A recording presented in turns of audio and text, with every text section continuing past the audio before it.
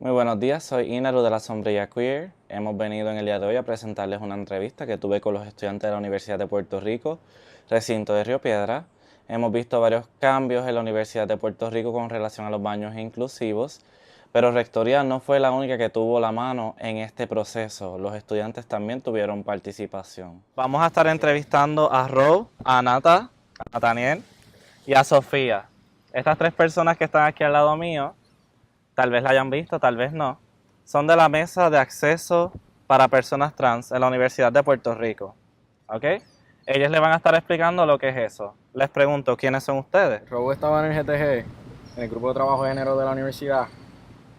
Yo estaba independiente trabajando con la procuradora para adelantar algo con la comunidad trans en la universidad, y Sofía, que es de pro bono de derechos sexuales, y entonces también estábamos trabajando con Prisma, y entre todos, como estábamos trabajando con el mismo tema, pues hubo un día que surgió una reunión que nos dimos cuenta, ok, todos estamos trabajando para esto, porque nos unimos esfuerzos y hacemos la mesa de acceso trans, y ahí fue como empezó todo este proyecto. ¿Y por qué ustedes le presentaron este proyecto a la Universidad de Puerto Rico? ¿Por qué es tan importante para ustedes, para nosotros, para todas las personas trans en la universidad? Nosotras entendemos que la universidad no le está dando acceso a las personas trans en la universidad, ya sea con documentos, con baños, con eh, otros temas como también los deportes. Para nosotras sentirnos seguras y para que toda la comunidad sienta que esta universidad es de todos, necesitamos que la universidad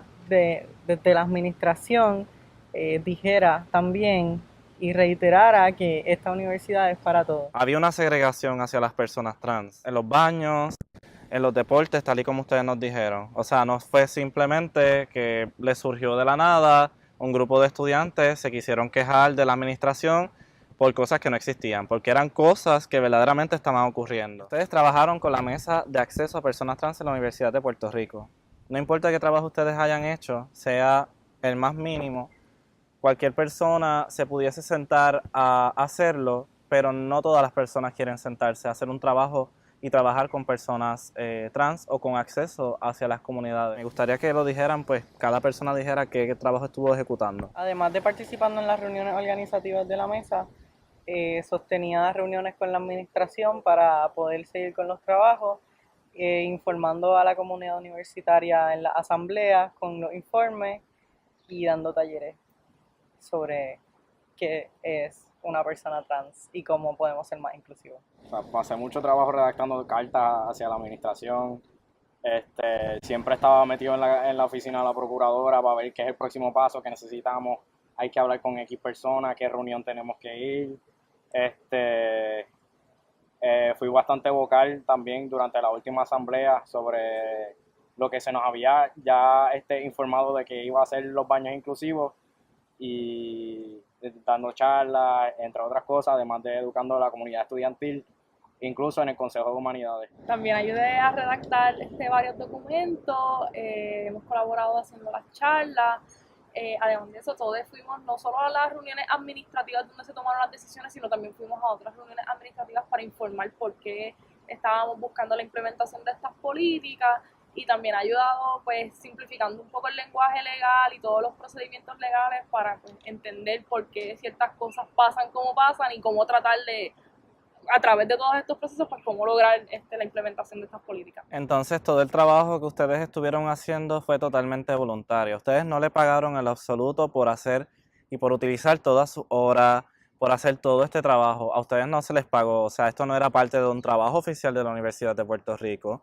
Esto salió de los estudiantes, de les estudiantes, personas voluntarias que estuvieron dedicadas, que verdaderamente les interesó hacer un cambio en la universidad.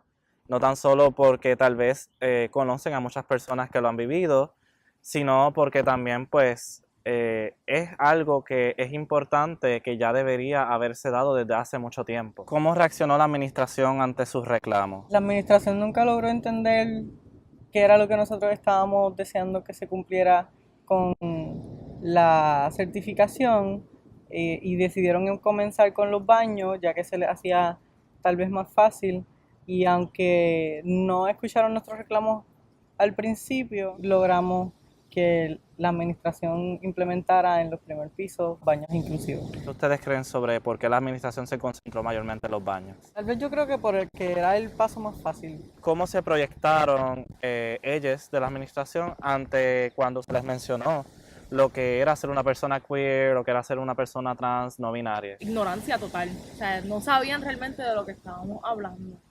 Y se le hizo el esfuerzo y se ha hecho esfuerzos, ¿verdad?, para poder informarles sobre toda esta diversidad de género que existe. Hay algunas personas de la administración que están totalmente en contra de que se hable sobre esto.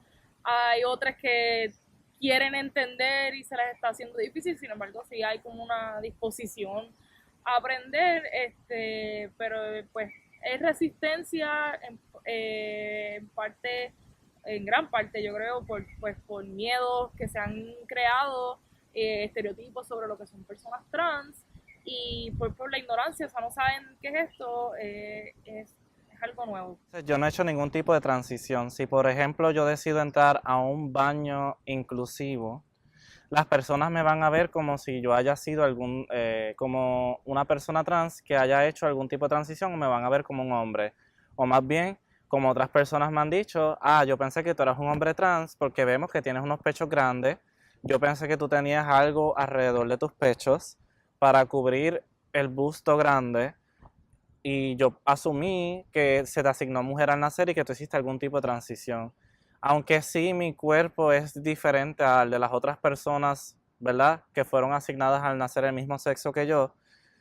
Mi cuerpo es bien parecido, mi experiencia no es la de un hombre trans, mi experiencia no ha sido una de transición corporal, sí transición de ropa, ha sido una transición mental y han sido unas transiciones en cuanto a los elementos que me pongo en el cuerpo, incluyendo tatuajes, pero no representa la experiencia de un hombre trans. Y entonces, cuando observamos, esta política no era únicamente para los cuerpos que pasaban de un género ni el otro, y eso es lo que siento que ustedes me han explicado hasta el momento. Precisamente los baños inclusivos, dar un poco de un espacio donde intente romper con el hecho de que las personas presumen, ¿verdad? Cuando hablamos de baños inclusivos, hablamos de que quien sea, independientemente de su identidad de género, su expresión de género, su etapa de transición, si es que está transicionando, se vea juzgada al momento de usar el baño, que realmente estamos hablando de esto, ¿verdad? Es literalmente un sitio para hacer necesidades básicas en la universidad. No es nada más de lo que se está pidiendo, es algo tan esencial como tener un lugar limpio, idealmente seguro. En la UPR no siempre es algo lo que pasa, pero sí es eso, tener ese espacio para poder usar tus necesidades básicas y transitar la universidad. A veces las personas piensan que los baños inclusivos son únicamente para las personas trans. Los baños inclusivos no son para las personas trans, los baños inclusivos son para todas las personas. Si por ejemplo una mujer cisgénero, y vamos aquí a corregirle, las personas usualmente le llaman cisgénero, no le llaman cisgénero, le llaman mujeres biológicas. Ese es el término incorrecto, se llama cisgénero, una persona que fue asignada al nacer mujer y se siente mujer todavía. Estos baños incluyen a las mujeres cisgénero, incluyen a los hombres cisgénero. No es un baño que sea exclusivamente y únicamente para las personas trans, no binarias y queer. El error que se tiende a pensar es que solamente las personas trans pueden entrar. La rectoría, tengo entendido que no les puso ustedes en la carta y que no puso quiénes fueron las personas que verdaderamente trabajaron. Pudiésemos decir que al no poner el nombre de ustedes, el crédito recae sobre la persona quien envió la carta, que fue rectoría. Rectoría lo que les permitió es que fuera 2 baños del primer piso de los edificios más transcurridos de la Universidad de Puerto Rico. Entonces se le hace una segregación a las personas trans debido a que si el baño se encuentra en el primer piso, el piso es el lobby, es el piso más recurrido o concurrido por las personas en las universidades.